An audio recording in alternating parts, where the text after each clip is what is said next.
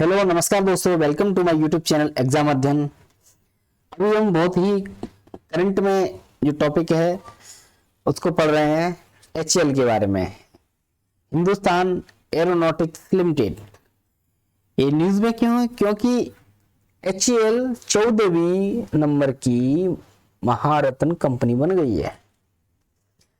आज के लेक्चर में सब चीज़ों के बारे में डिटेल से देखेंगे कि महारत्न बनने के क्राइटेरिया कौन से रहते हैं, उसकी क्या कंडीशन होती है, क्या फायदे होते हैं, क्या नुकसान होते हैं, को कितनी कंपनी अभी तक भारत रत्न महारत्न कंपनियों का दर्जा मिल चुका है।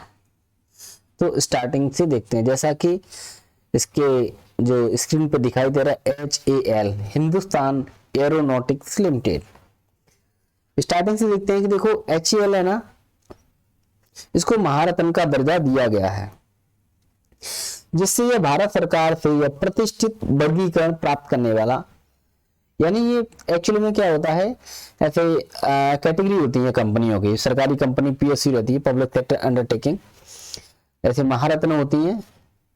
महारत्न के बाद में नवरत्न आता है और फिर उसके बाद मिनी रत्न आता है, और इन सब के अलग अलग क्राइटेरिया, यानी इनका जो एनुअल टर्नओवर होता है, ऐसे कंडीशन होती है 3 साल में 5 साल में, उसके व्याप पर इनको कैटेगरी में डिवाइड किया जाता है। तो आइए डिस्कस करते हैं इनके बारे में। सबसे पहले बात कर रहे हैं अपन हिंदुस्तान एरोनॉटिक्स लिमिटेड। इसको महारत्न का दर्जा दिया गया है। दर्जा देने से क्या होता है, भारत सरकार से यह प्रतिष्ठित वर्गीकरण प्राप्त करने वाला 14वां केंद्रीय सार्वजनिक क्षेत्र का उद्यम बन गया है। CPSE, central public sector enterprises बन गया है। यह घोषणा 12 अक्टूबर 2024 को कर दी जाती है। 12 अक्टूबर को, आज तारीख हो जाती है 18 अक्टूबर, यानी 12 अक्टूबर को अभी लेटेस्ट न्यूज है। और एग्जाम जो आने वाले हैं, जैसे कि NTPC वगैरह है, इसमें 100% यहाँ से क्वेश्चन पूछा जाएगा, 100%। तो कि 14 नंबर की महारत्न कौन सी कंपनी कौन सी बनी है, हिंदुस्तान एरोनॉटिक्स लिमिटेड। HAL का जो परिचालन होता है, स्वायत्तता और वित्तीय क्षमताएं बढ़ गई हैं इससे। अब HAL बिना सरकारी मंजूरी के अपनी शुद्ध मूल्य का 15% परियोजना में और 5,000 करोड़ रुपए तक विदेशी उपक्रमों में निवेश कर सकता है। ये फायदे किस कारण से है महारत्न बनने से? देखो, अपना जो उसका जो नेट प्रॉफिट होता है, उसमें 15% जो उसकी जो स्कीम्स वगैरह रहती हैं उसमें लगा सकता है, और 5,000 करोड़ विदेशी उपक्रम होते हैं उसमें अपना इन्वेस्टमेंट कर सकता है। शेयर मूल्य ने सकारात्मक प्रतिक्रिया दी और 4,510 रुपए पर 1.42% की वृद्धि को ये दर्शा रहा है। ये तो हो गया थोड़ा इंट्रोडक्शन टाइप का है। अब देखें इनकी दर्जे के बारे में विवरण देखते हैं HAL का। अनुमोदन प्रक्रिया के बाद देखें, देखो यह अपग्रेड वित्त मंत्री निर्मला सीतारमन द्वारा अनुमोदित किया गया कि जो अंतर मंत्रालय समिति और शीर्ष समिति की सिफारिश पर आधार था। प्रदर्शन मैट्रिक्स में क्या था कि महारत्न दर्जे के लिए HAL को पिछले 3 वर्षों में औसत वार्षिक टर्नओवर कितना, 25,000 करोड़ रुपए से ज्यादा होना चाहिए।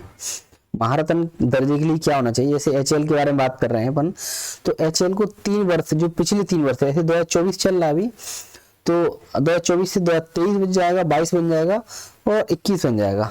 तो ये 21 लगा करके 24 तक जो 3 साल होते हैं, उसका जो वार्षिक टर्नओवर था कितना, 25,000 करोड़ से ज्यादा होना चाहिए, और उसका जो नेट प्रॉफिट शुद्ध मूल्य कितना, 15,000 करोड़ से ज्यादा होना चाहिए, है ना, नेट प्रॉफिट।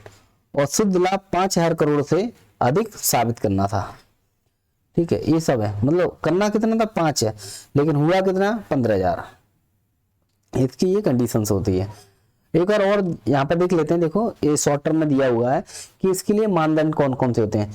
महारत्न दर्जे के लिए जो CPSE रहती है, सेंट्रल पब्लिक सेक्टर एंटरप्राइजेस, को पहले नवरत्न का दर्जा प्राप्त होना चाहिए। देखो एक कैटेगरी होती है, सबसे पहले क्या रहता है, मिनी रत्न कोई कंपनी मिल जाती है, नवरत्न की कैटेगरी आती है, फिर उसके बाद महारत्न आती है। तो भाई नवरत्न होगी तभी उसको महारत्न की कैटेगरी में जाएगी, वो सॉरी इधर में महारत्न में जाएगी। तो पहला कंडीशन तो ये नवरत्न का दर्जा प्राप्त होना चाहिए। तो यानी 12 अक्टूबर से पहले जो HAL थी वो कैसी कंपनी थी, नवरत्न की कैटेगरी में आती थी। तो नवरत्न की कैटेगरी होना चाहिए।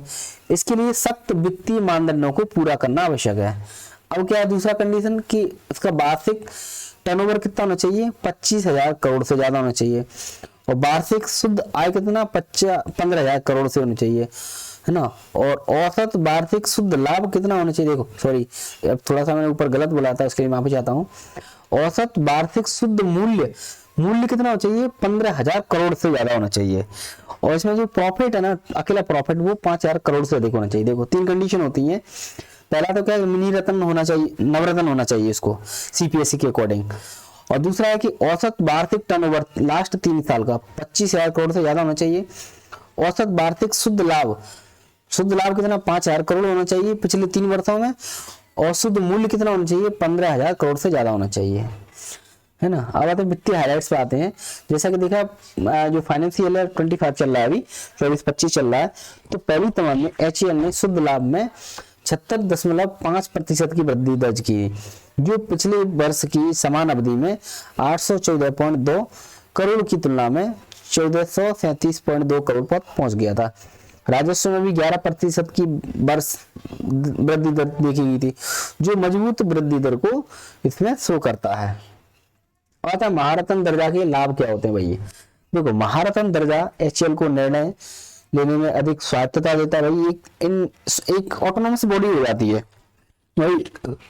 ऐसे जो ऑटोनोमस कॉलेज होते हैं उनको कब एग्जाम लेना है, कब रिजल्ट डिक्लेयर करना है ना, कब एडमिशन लेने हैं, तो एक ऑटोनोमस के फायदे हो जाते हैं। और ऐसे कि यूनिवर्सिटी से घिरे होते हैं, तो ये यूनिवर्सिटी डिसाइड करती है, उसके अकॉर्डिंग एक प्रचालन होता है एग्जाम का, रिजल्ट का, एडमिशन का।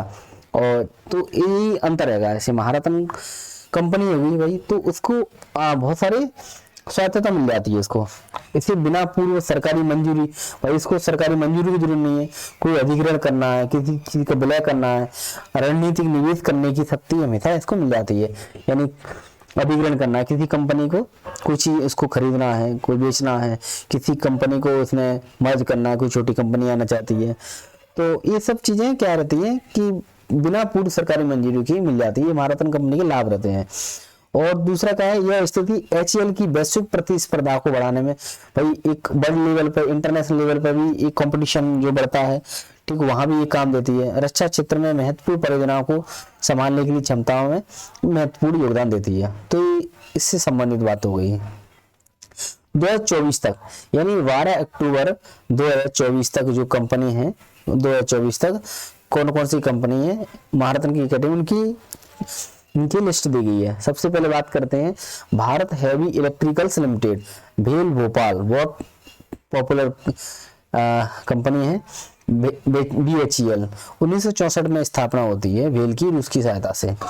दूसरा आता है Bharat petroleum corporation limited BPCL, 1952 में स्थापना होती है इसकी। तीसरा नंबर की है gas authority India limited, gas India limited ना, gas authority India limited GAIL, 1984 में स्थापना होती है इसकी।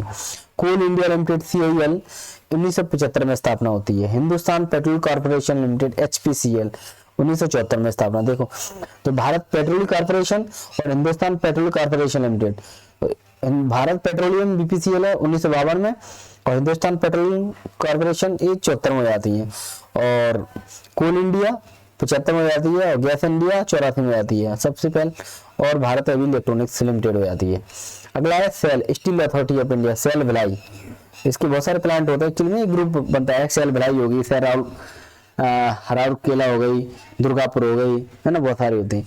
तो इसकी स्थापना सेल की 1954 में होती है, यानी जो पहले अपनी पहली पंचवर्षीय योजना होती है ना, उसमें तृतीय पंचवर्षीय योजना। और राष्ट्रीय ताप बिजली निगम NTPC, national thermal power corporation, 1975 में इसकी स्थापना होती है। और ग्रामीण विद्युतीकरण निगम लिमिटेड REC, ये 1969 में आती है। रूरल इलेक्ट्रिफिकेशन कॉर्पोरेशन होती है ना। और पावर फाइनेंस कॉर्पोरेशन 1986 में। और पावर ग्रिड PGCIL बोलते हैं ना इसको, power grid corporation of India limited, 1989 में स्थापना होती है। अगला है भारतीय ऑयल कॉर्पोरेशन IOCL, 1959 में स्थापना होती है। Oil and natural ONGC, oil and natural gas corporation, जैसे कि जो समुद्र के किनारे वगैरह है ना, वहां से जो बॉम्बे आई वगैरह से जो तेल वगैरह निकाले वो ONGC का काम रहता है, तो 1956 में स्थापना होती है। ऑयल इंडिया लिमिटेड है ना, इसकी 1959। और जैसा कि अभी आज देखा ही अपन ने, हिंदुस्तान एरोनॉटिकल लिमिटेड, इसकी स्थापना 1940 में, बहुत पुरानी कंपनी है और बहुत फेमस कंपनी है।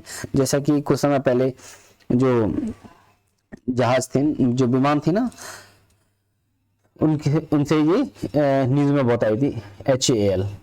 तो इसकी कई टाइप की ब्रांचेस है, बेंगलोर में इसका हेडक्वार्टर वगैरह होता है। इसके बारे में एक बार दोबारा से इनको देख लो। जो 14 कंपनी है, Bharat heavy electrical limited, Bharat petroleum corporation limited, gas India limited, coal India limited, Hindustan petroleum corporation limited, अगला है steel authority of India limited, राष्ट्रीय तापीय बिजली निगम, इसको इंग्लिश में नाम ज्यादा याद रखें, national thermal power corporation, Gramin Vidyutikaran Nigam limited, power finance corporation, power grid corporation of India, Bharatiya oil corporation India limited यानी इंडियन ऑयल कॉर्पोरेशन लिमिटेड ना, और oil and natural gas corporation, और oil India limited, Hindustan aeronautics limited.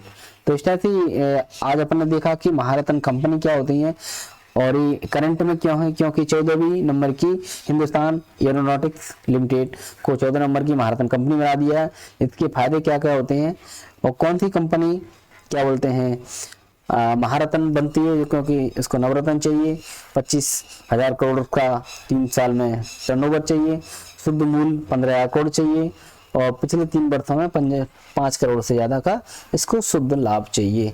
तो इस type से बहुत सारी चीज़ें अपन ने देख ली हैं। Thank you. जय हिंद, जय भारत।